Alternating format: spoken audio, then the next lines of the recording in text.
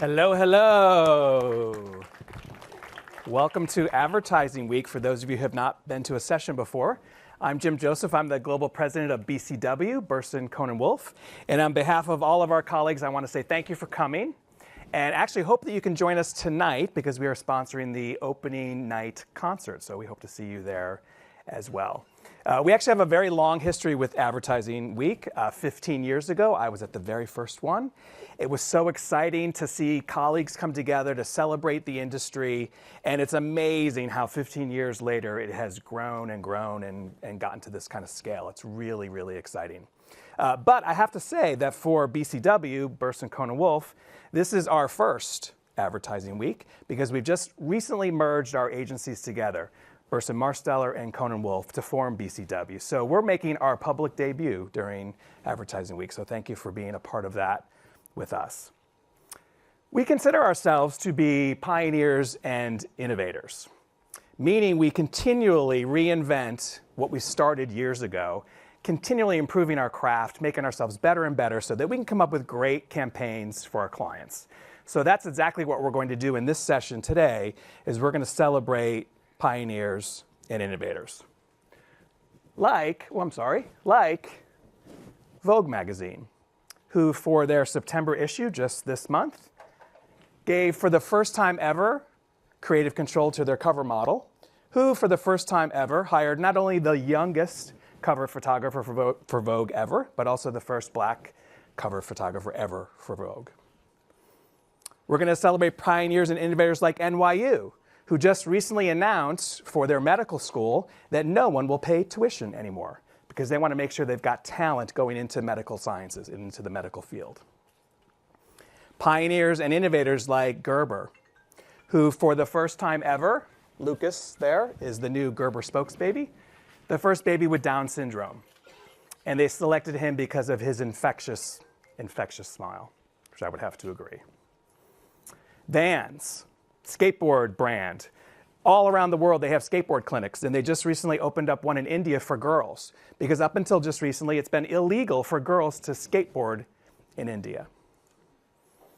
Pioneers and innovators like the French brand Sephora, that teaches makeup classes to transgender customers, because they have unique skin and hair care needs, unlike many of their other customers.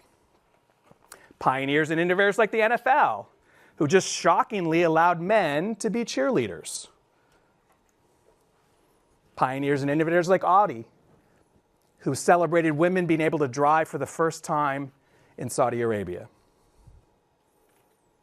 This one I love. There is one day in Argentina every single year where all sales of Big Macs go to cancer research.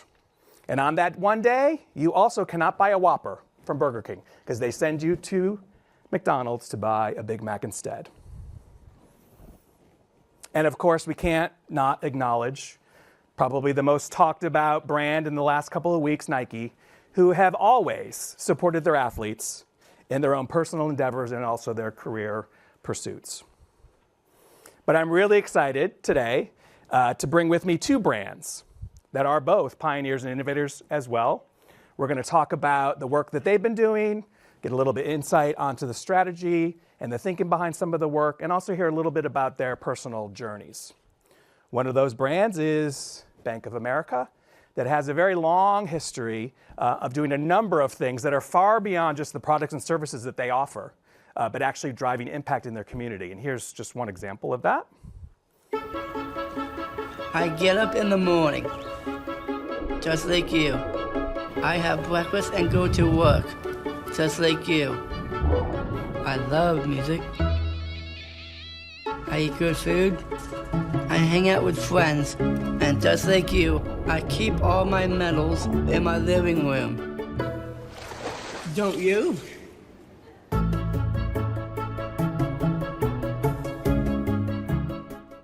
Bank of America. Our other guest today is from Patagonia, another pioneer and innovator, long been giving back to the communities, focused on environmental issues, doing more than just the products that they offer. Here's a great example from Patagonia. I can be a pretty cynical guy. The one thing that really keeps me going are these wild places that are the real soul of this country. A great part of my life, I've been climbing and fishing and hunting on public lands. I've been a successful businessman because of the lessons I learned in the outdoors. My business was built on having wild places. Public lands have never been more threatened than right now because you have a few self-serving politicians who want to sell them off and make money.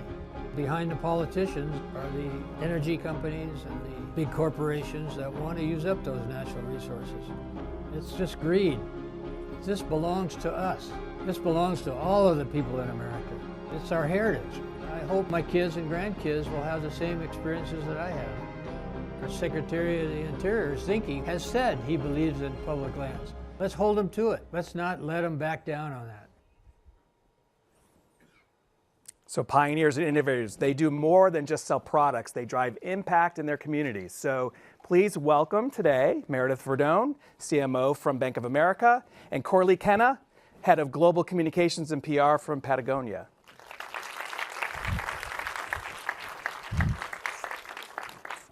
Welcome, welcome, welcome. Thank you.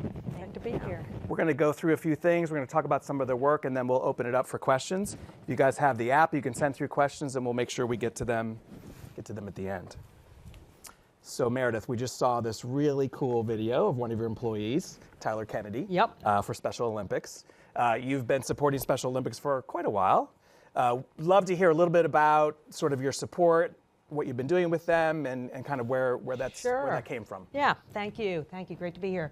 So yeah, we've had a over 30-year relationship with the Special Olympics, and if you look at our core values, diversity and inclusion is so core to our company, and part of that is recognizing people with intellectual disabilities. And the bank employs over 400 people with intellectual disabilities. So again, this is an example of when we work with a partner, is core to one of our core beliefs, and so we walk the talk in employing people with intellectual disabilities. So Tyler is a terrific example. He works down in Wilmington in our support services, which is our graphics department that create a lot of the materials that we do. He went off to the Special Olympics and competed and won, and it's just a wonderful demonstration of what we believe in, which is at the core is inclusiveness and recognizing this group, there are issues with economic mobility with people with intellectual disabilities. So anything that we do at the national level, we also do in our local markets. So we're in 90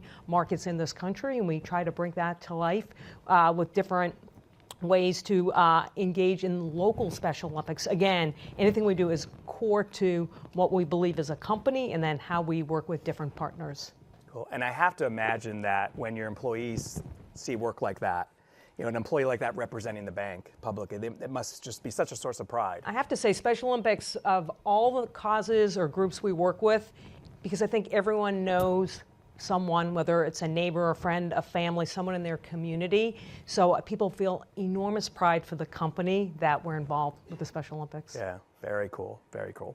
And Corley, we just saw a video from your founder talking about environmental issues and how that's core to his beliefs. Maybe talk a little bit about how that all got started and a little bit of background? Yeah, so thanks for having me here today. So you saw our founder, Yvon Chouinard, in that film, and that's actually the first commercial we've ever made as a company. And he often calls himself the reluctant businessman. And he started this company about 45 years ago because he wanted to make climbing equipment for himself and his friends, other kinds of equipment too, to explore the places that they love, and quickly realized that equipment he was making was damaging the places he liked to enjoy, and so had to change his entire business model right away. And that lesson is still a big part of our mission today, which is building the best product but leaving the smallest footprint possible. And we think about that when we, make new jackets. Every product that we make, that's a big part of that is the fundamental part of making it. But the second piece was he wanted to create a business that was going to be a force for good. And so pretty early on, we instituted an earth tax, and we take 1% of sales and we give it to environmental nonprofits all over the world. To date, that totals almost $100 million, which for a company of our size is pretty amazing. And that so that program, which has now been kind of formalized through 1% for the planet, is what allows us to build relationships with environmental groups all over the world working on really important issues. And I think one thing to kind of like put this in context as you think about your own companies, the grants team at Patagonia is 5 times the size of my team. So that's how important they are to our business. And I think the work that they do is what allows us to take on really big issues in a substantive and authentic way, because we build relationships with these groups that we're helping to fund. We're learning about these issues, and we can take them on in a bigger way. And that has manifested recently in a campaign we call 100% for the Planet, where in a sort of moment of how do we respond to the 2016 presidential election, like what does this mean? We said, you know what, on the busiest shopping day of the year, we're going to give it all away. So 100% of sales that day were given to environmental nonprofits. And I mean, it allows us to do a lot of other things, which I'll get into later in our talk, but it really does form the kind of basis for our work. And I would imagine also something that unites employees as well. Yeah, there's not a single person at Patagonia that's not committed to protecting wild places. And that's true in like the accounting department as much as the marketing department, as much as the product department. I think we all wear a sustainability hat at Patagonia, and that is an important part of our culture, yeah. Yeah, very cool. It's always fascinating to hear people's own sort of personal journey. So how'd you get here? I don't mean here in this seat, but like, how'd you get to your role? So I've had a very varied career. I started on Capitol Hill. I kind of hopped between Capitol Hill and campaigns. I eventually ended up in the Obama administration. And those early jobs taught me just a lot about working in a fast-paced environment and how to be nimble. They taught me a lot about how to build consensus. And importantly and practically, those jobs introduced me to a lot of really smart people that I'm still in touch with today. But after my time in government, Burson, now Burson, Cohn and Wolfe, took a big chance on me, and I'll be forever grateful for that. I had no idea what to do with all this government experience that I had, and they brought me in, and I had a really great mentor there, and he helped fuel and develop my passion for media and how people digest it and consume it, what they learn from it, how to understand and look at your audience to give them that kind of really valuable, bigger brand type lesson. And so I definitely pull from that experience, if not daily, hourly. You know, it's been a big part of who I am.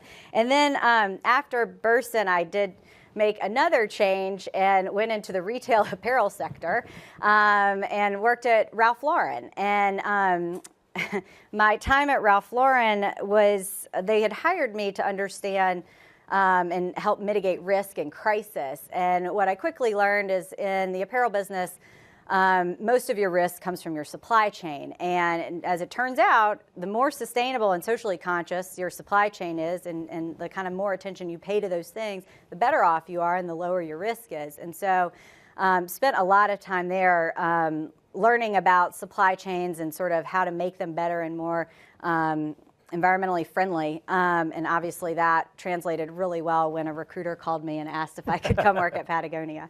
Yeah, cool. Very cool. And Meredith, you've been with the bank for a super long time, right? 20 years. That's and awesome. So I've had only 2 jobs, really, 2 different companies I've worked at. I've had a multitude of jobs. I started on the ad agency side and worked in an agency about 14 years, started in media and then was in account management, and really got a love and appreciation for brand and branding and the power of brands. I got to work on some very iconic brands there, and then worked on a lot of sporting goods, a lot of liquids, a lot of beer, a lot of sort of fun categories, right? Golf.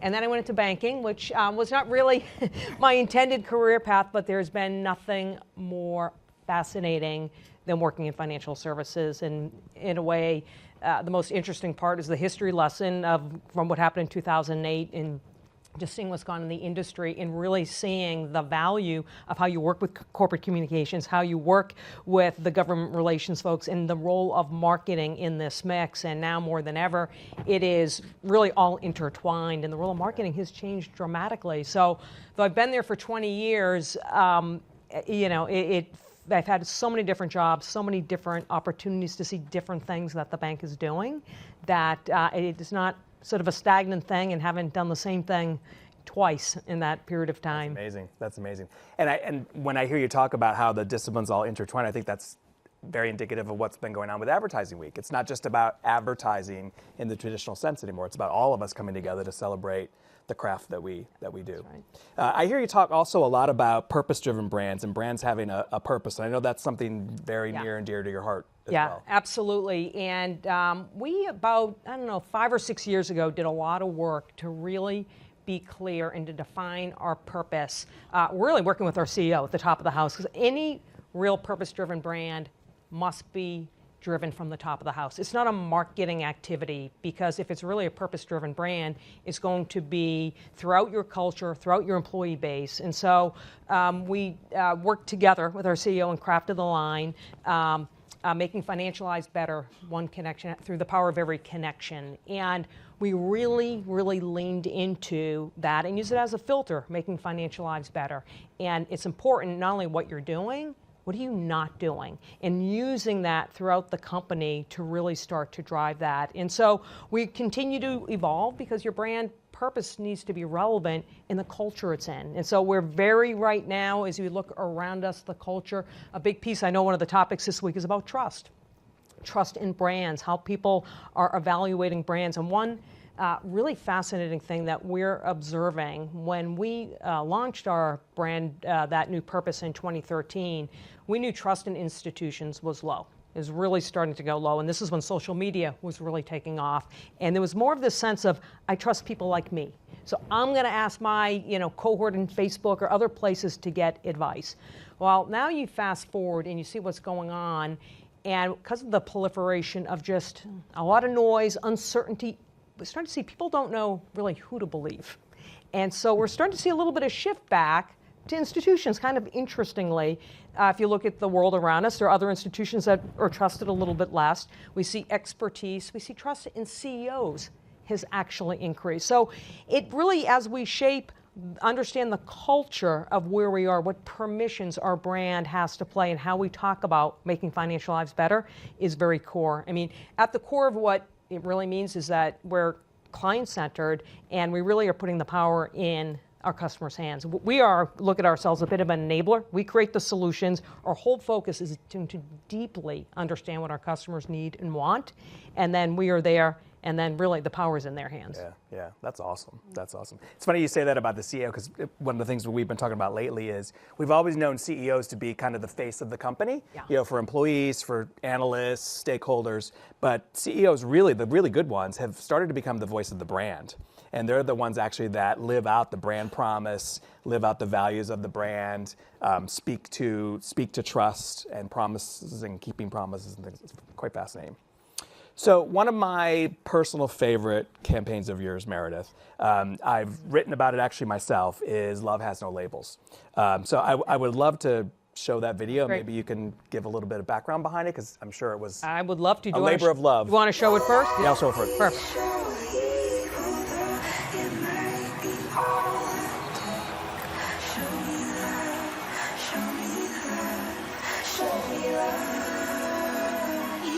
I got a crick in my neck, limp in my step, cramping in my muscles every time I try to flex. I don't know what I'm scared of.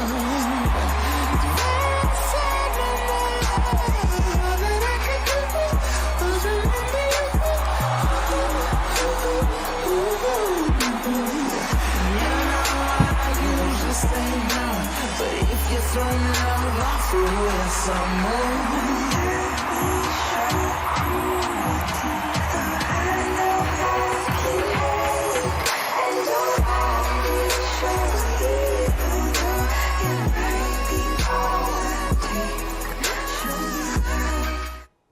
So that was produced by the Ad Council, and Bank of America is part of the Ad Council, as I'm sure many other brands here are part of the organization. And this was the second creative. There was the skeleton campaign. Some of you, I'm sure, have seen it. It was so powerful, and we couldn't even believe that they could do it again. I know. You know, to have something just so powerful to tell this story about love having no labels and to remove bias. And again, going back to where I started about inclusive, those values at the bank, when I first saw the skeleton, I said, we have got to be aligned to this work. It is so powerful. And this was really the first campaign where the Ad Council worked alongside brands. Prior to that, they were really just PSAs and, they got funded and ran, but they really wanted to work with brands who wanted to align with it. It was just the perfect marriage, given how important inclusion is in our culture. And so we do a lot with this with our customers. We have a line, we call it Bank on Love, and we talk about what we're doing in this space.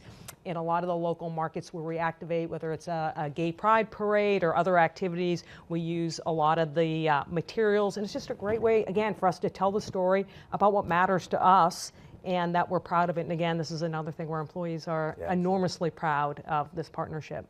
I feel like I want to watch it every day after I read the news. Yes. And just get a little dose of love. Yeah. And then Corley, you talked a little bit about the 1% program that you have.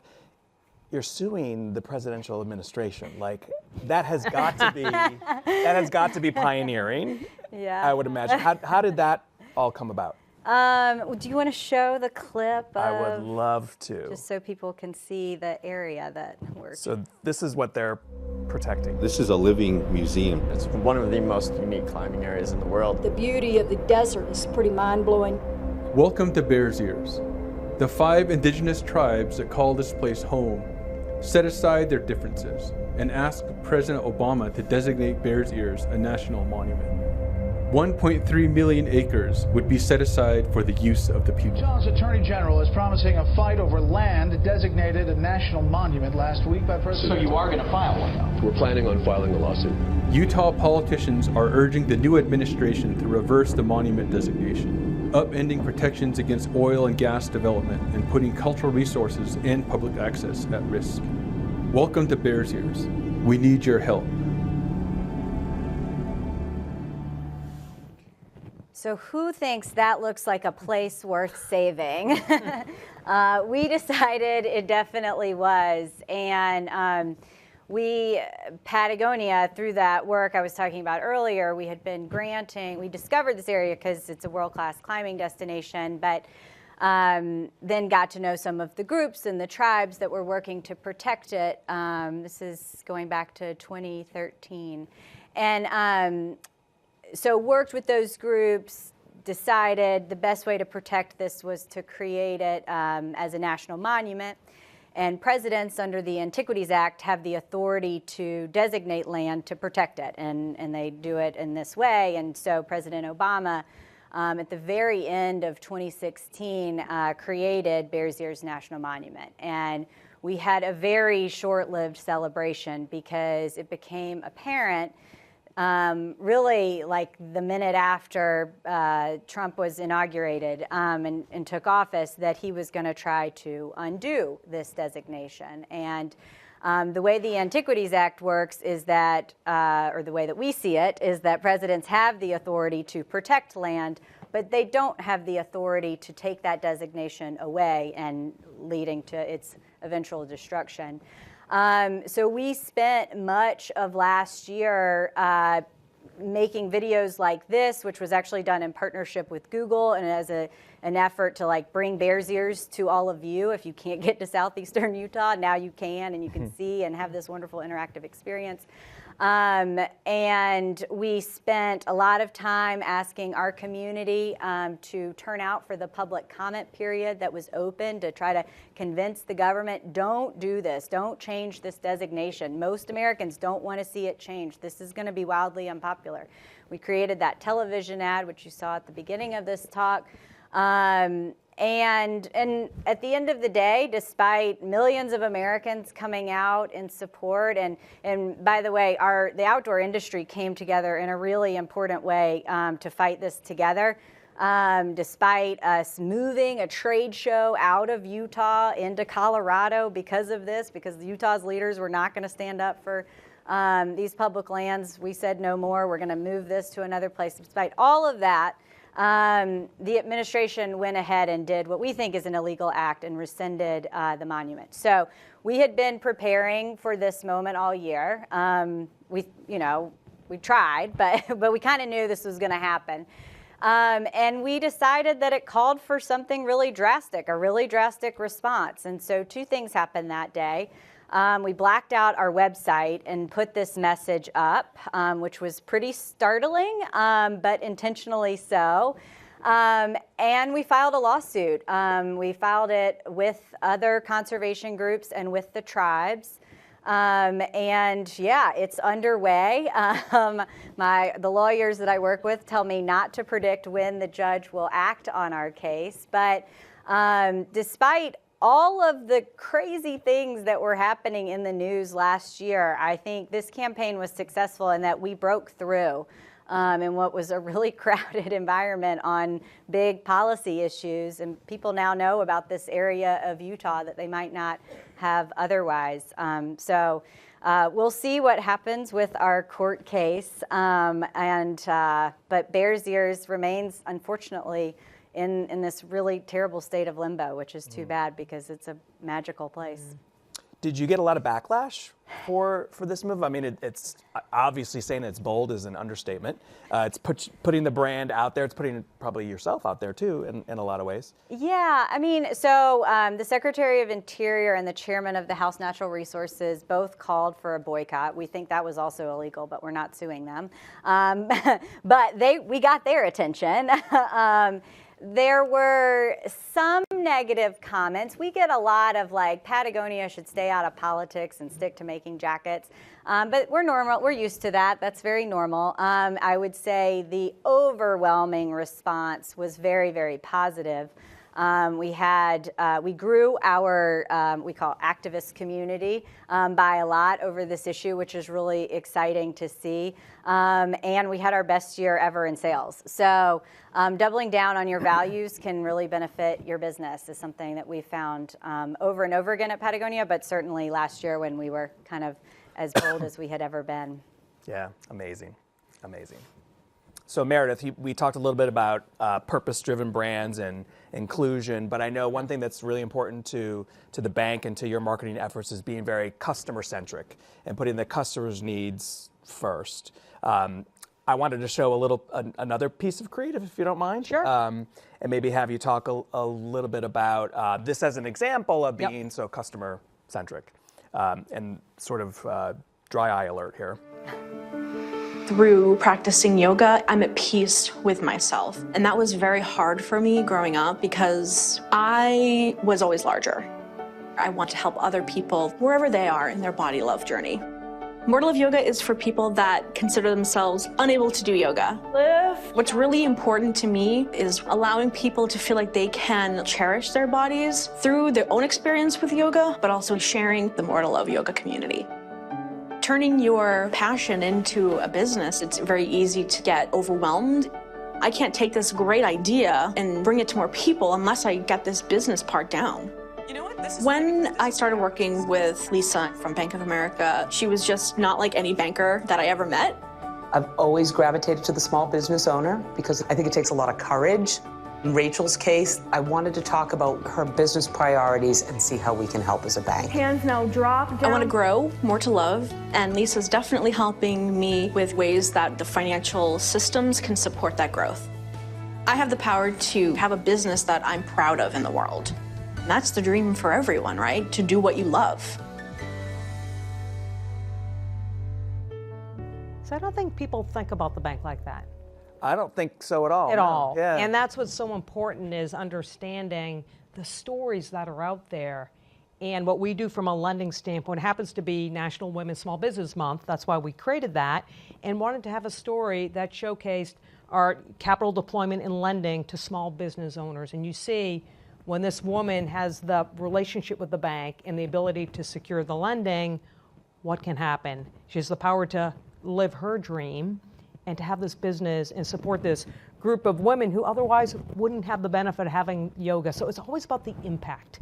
We try to find those stories with what is the impact. Again, our role is to provide the infrastructure, the solutions, but it's really about them and what they want to do, what they want to achieve. That's the ultimate impact, is a story like that, and to see how satisfied she is, and then the women who are able to take advantage of that company. So there are so many of these stories that exist, and we source these all the time, and every time you hit one like that, which is just, it is so wonderful to see, again, the impact on her and her community. Yeah.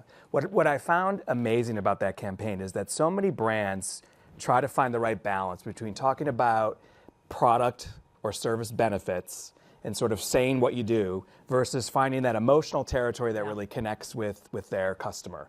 And every brand struggles with that. Some do it well, some not so well. And that's like right smack down the middle, like perfectly balanced. Yeah. I mean, I do think people know they make decisions on emotion. They do. They choose on that. And I think we maybe as an industry have walked away a little bit from that as we have so much data. Data is an enabler to help us get better insights, to help understand something, than to tell an emotional story. Right. And I still think the creativity is the best part of my job and the best part of what we can do, because it's that creative attachment and that emotional attachment to the brand. Now you have to deliver on it, but I think that's really how you're going to be successful as a brand. Yeah, it's amazing. Now, Corley, I know you've been tied up in a personal passion project just lately. I'd love for you to share that with these folks as well. Yeah, it's it's only a personal passion project because I've spent a lot of my career working on campaigns, but it's actually, it's an extension of a program. So this is a new thing. It's actually 8 days old. And it's a campaign we launched called Time to Vote. And it's a collective we here. This is not just Patagonia's campaign. But it started with 2 years ago. Our CEO decided it was really important that we shut down on Election Day. And so we shut all of our stores, our offices, and our distribution center. And we wanted to, she wanted to make sure that our employees had the time they needed to go vote and a schedule that allowed them to go vote, but also to send a signal to our community that, today's the day for voting, not shopping, and so go vote. She got really good feedback after she did that, and so she decided earlier this year, we're gonna do it again, and this time we're gonna see if other companies wanna join us. And so she posted something on LinkedIn, and she was like, okay, go. And I was like, what? And so she and I started emailing contacts at other companies. Are you interested? A lot of people read the LinkedIn piece and reached out to us and said, hey, we want to do this. I tapped into some of the networks that I'm a part of as a communications person, and just basically called on everybody I knew to say, hey, are you interested in being a part of this thing we're trying to create? And the thing is a nonpartisan, business-led effort to increase voter turnout, with the idea being kind of what you were saying earlier about CEOs being in these positions of power and being seen as leaders. If CEOs say to their employees, it's important to go vote, please make sure you work with your manager to have a schedule that allows you to vote, or resources for a mail-in ballot, whatever it is. And if we can get that business community to say this is important, maybe we will make a difference and drive voter turnout and increase voter participation. So we launched with around 140 companies. We're well over 200 now in just a week. We've had some really great press. We've had some good ads, and more to come on this, I think. And this is something I think I would encourage all of you at your companies to take a look at this initiative. Every business is eligible. And it is, if you're interested in participating in the midterms but don't want to do something that's partisan, this is a great way to get involved. And I could go on about this, don't let me, but I will say on the partisan front, when I was speaking with a reporter about this, and he was like, Corley, there's no way you're going to tell me that your CEO is not doing this to affect politics. And I know her, and you're suing the Trump administration, for goodness sake. There's no way. And I was like, David, I could have created a partisan effort. It would have been a lot easier. We have a lot of liberal company friends, and calling them to be a part of something would have been a lot easier than what we did, which was purposefully try to find companies that are either like more conservative or just neutral, right? And have a lot of employees. And that's what we ended with. And I'm really proud of that. And so, yeah, so now you don't often see Patagonia and Walmart and Tyson Foods in the same headline, but here we are together working on this, and I do think it's going to make a big difference. So, yeah, join. It's amazing. Okay, we have about 5 minutes left, so and we've got some questions popping in on the screen here, so maybe we'll tackle a few of those. Yeah. This one's directed to Meredith, and it actually sounds really interesting. Yeah. How do you drive innovation while remaining respectful of your consumers' information? That's great. Very timely question, I would imagine. Great question, and protecting our customers' information is job one. Like, hands down, everything we do is in a privacy compliant way. That is the most important asset people have. That doesn't mean you can't be innovative. So what it means is we need to be respectful of our clients' privacy and be very aware of that. So when I think about innovation, I think about, hopefully we've got a lot of Bank of America customers here, and Erica, which is our virtual financial assistant, which is AI based, and it is predictive learning, and it's really, we think, is going to be a virtual assistant to help cull through a lot of the information you have and give you some tips and be predictive about spending habits and other things to help you save money. That's an amazing innovation about being able to understand our clients' needs and helping them be more financially savvy. So I don't think that is. Now, I think the real opportunity is personalization, and that's, I'm sure, a word of the week here. And I think people want brands to know them. Right, and we see now the bar has been raised. You go to Amazon, there's an expectation that you're going to be served up a recommendation is something that you want, and that is all based on using data. So I think we're going to get to a place where the value exchange is going to be for clients to opt in to say, yeah, that's okay, as long as there's value for me on the other end. And I do think as an industry, we have some work to do to get there, but I think the end state will be that data is going to help all of us deliver a better, more personalized experience, but I don't think it comes at the expense of innovation. Yeah. I think we continue to innovate, and we all need to be so mindful of privacy concerns. Yeah, that's really good. Good. Corley, this might be a great question for you.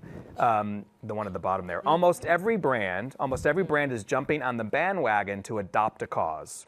How do you differentiate your brand as one that seeks to drive impact versus impressions?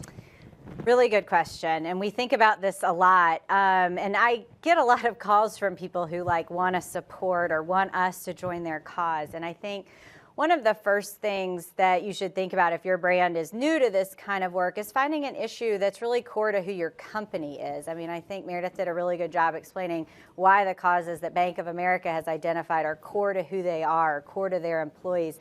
And that's obviously same for us at Patagonia. Our products wouldn't be useful if we didn't have places to explore and a planet to enjoy them on, right? And so, so find something that's core to your company and will help, I think, drive an authenticity that, could be lacked otherwise. The other thing is, I think that,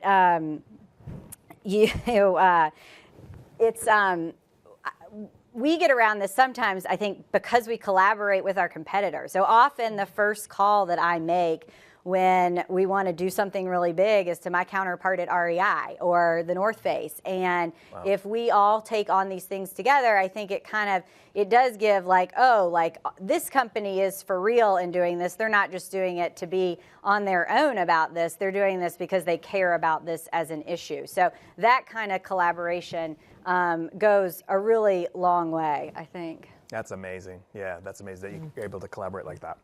Okay, so just under 2 minutes left. One last question for both of you. One of the things that I've loved about coming to Advertising Week every year is that I've learned so much, and I've taken away such great advice, particularly as I was going through building my career, which so many of us in the room and online and at the other sessions are trying to figure out how to build their career to get here. So if you could give, Meredith, if you could give one piece of advice to a 25, 30-year-old in the throes of their career, what advice? Actually, it's one of the questions here, which was a great question. it asks, how do you build consensus among marketing, corporate communications, finance, the other people you're working with? And I don't think the goal is necessarily to build consensus, because I think marketing people go in and we're trying to sell our idea and we're trying to convince other people. Maybe that's not the best way. The best way is to understand other perspectives and understand why the corporate communication person might have a different perspective, or why the public policy person might have a different perspective, or finance. Bring it together and make it better than it is, than trying to say, all right, we're going to get consensus, because you might never get consensus, and that might be better. The harder conversations, it's better than sometimes you go, oh, that was great, I sold them what I want. Sometimes selling isn't the best thing, because they're not really bought into it, and the outcome might not be as good. So I would say go in as open-minded as possible and figure out how you can learn and understand those other perspectives. I think the outcome ultimately will be better. It might be a little harder, but I think it'll be better. Definitely. Good. That's good. Corley, one piece of advice. I'm going to do 3, but I'll be quick about them. So the first is, I think, get to know your colleagues and the people that work around you. One of my former interns is running for Congress, and I think she's going to win, and that's amazing. Wow. And then also, you never know when you need to call on them to join voting initiatives, like Time to Vote. The second piece of advice I have is constantly work to improve your writing skills. There's not enough good writers. Like, end of sentence, there's just not enough. So keep learning how to write. And the third piece is pay attention to what's happening around you. I think it's really easy to get distracted, like, just by work or whatever it is. And the most successful people that I've come across, personally and professionally, are people who have a real intense knowledge of what's going on in their community. They read long-form journalism. They understand, like, what's happening in the news every night. And that's not because of my background in politics. Like, these are people who have more empathy than anyone else, and I think it is because they take the time to care about what's happening. So. Awesome. So thank you all for attending with us. Thank you, Meredith and Corley. You guys were awesome. And hopefully we'll see you tonight at the opening concert with Dylan Francis, who my son thinks I'm very cool because I'm going to go see Dylan Francis. So, we'll see you tonight, hopefully. Thank you. All right. Well done.